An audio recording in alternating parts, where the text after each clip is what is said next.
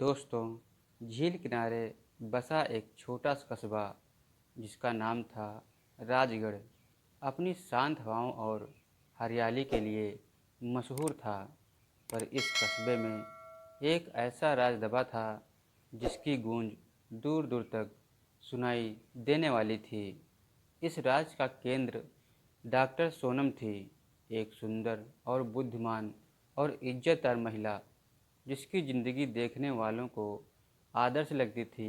परंतु उसकी मुस्कुराहट के पीछे छिपा दर्द और हवस की आग ने ऐसी खाई बना दी थी जिसमें न सिर्फ वो खुद डूबी बल्कि कई जिंदगियां तबाह हो गई थी। सोनम, जो उसकी उम्र करीब 35 साल थी, उसका पति डॉक्टर अजय वर्मा राजगढ़ का मशहूर सर्जन डॉक्टर था।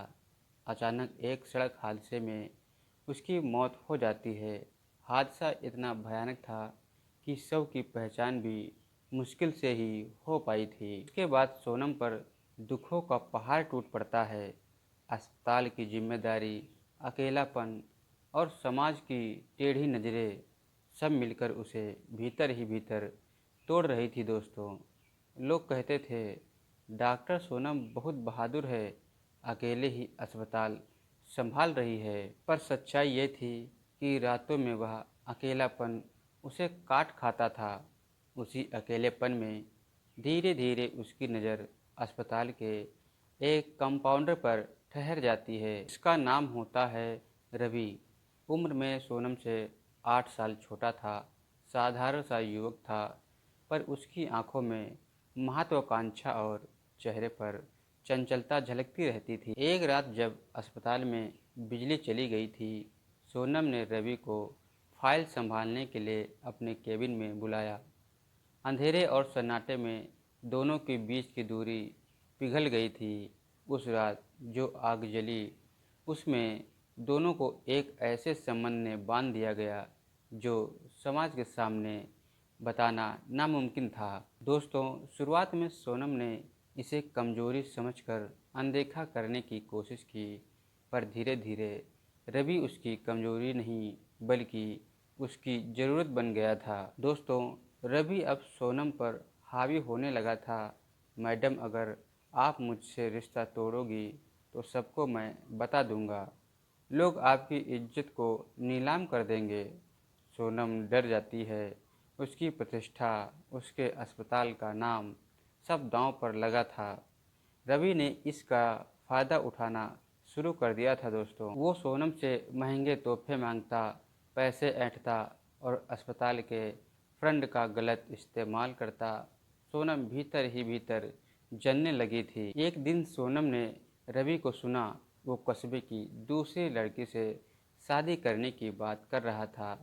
सोनम की आंखों के सामने अंधेरा छा जाता है। उसने मेरा सब कुछ छीन लिया और अब मुझे ही ठुकराने की बात कर रहा है। उस रात सोनम ने ठान लिया था रवि को जिंदा रहना ही नहीं चाहिए। उसने अपनी मेडिकल नॉलेज का इस्तेमाल करके धीरे धीरे असर करने वाला जहर तैयार किया। योजना थी रवि को शराब में मिलाकर पिलाना ताकि लोग इसे नशे से मौत समझें। दोस्तों, शनिवार की रात थी। सोनम ने रवि को अपने घर बुलाया था। आज तुम्हें कुछ खास खिलाऊंगी, और उस मुस्कुराते हुए कहती है। रवि ने शराब का गिलास उठाया।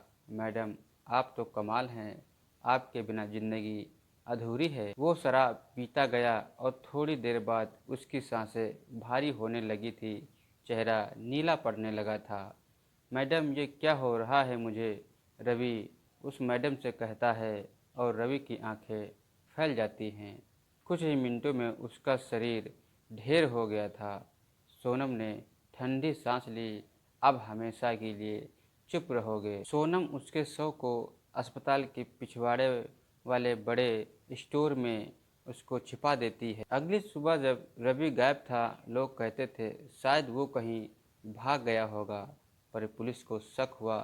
रवि के परिवार ने गुमशुदगी की रिपोर्ट दर्ज कराई थी। जांच अधिकारी इंस्पेक्टर अरुण राणा इस केस में लगे थे। वो तेज तर्रार और शांत दिमाग वाला इंस्पेक्टर था।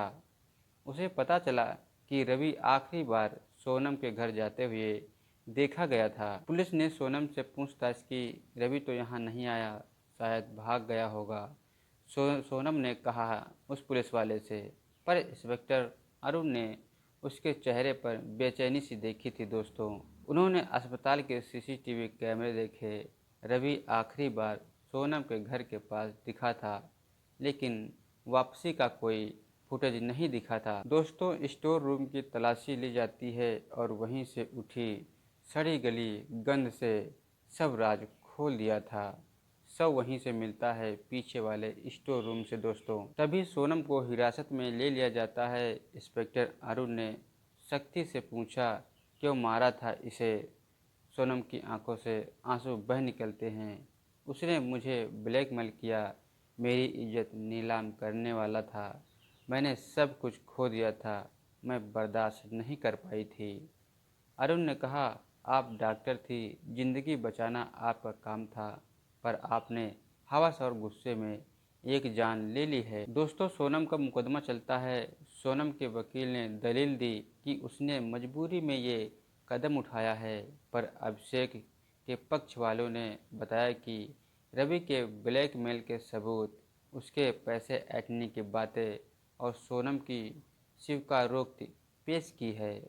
न्यायाधीश ने कहा, हत्या किसी की भी हाल में जायज़ नहीं ठहराई जा सकती है और सोनम को आजीवन कारावास की जेल में बंद कर दिया जाता है।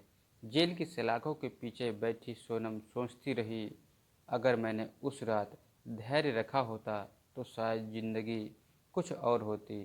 उसके पास अब सिर्फ यादें थी, पति का खोना, रवि की हवस और उसका खुद का अपराध। राजगढ़ का वो शांत कस्बा हमेशा उस कहानी को याद रखता है, जिसमें एक विधवा डॉक्टर ने हवस और गुस्से में अपनी ही जिंदगी को मौत की अंधेरी गलती में धकेल दिया था।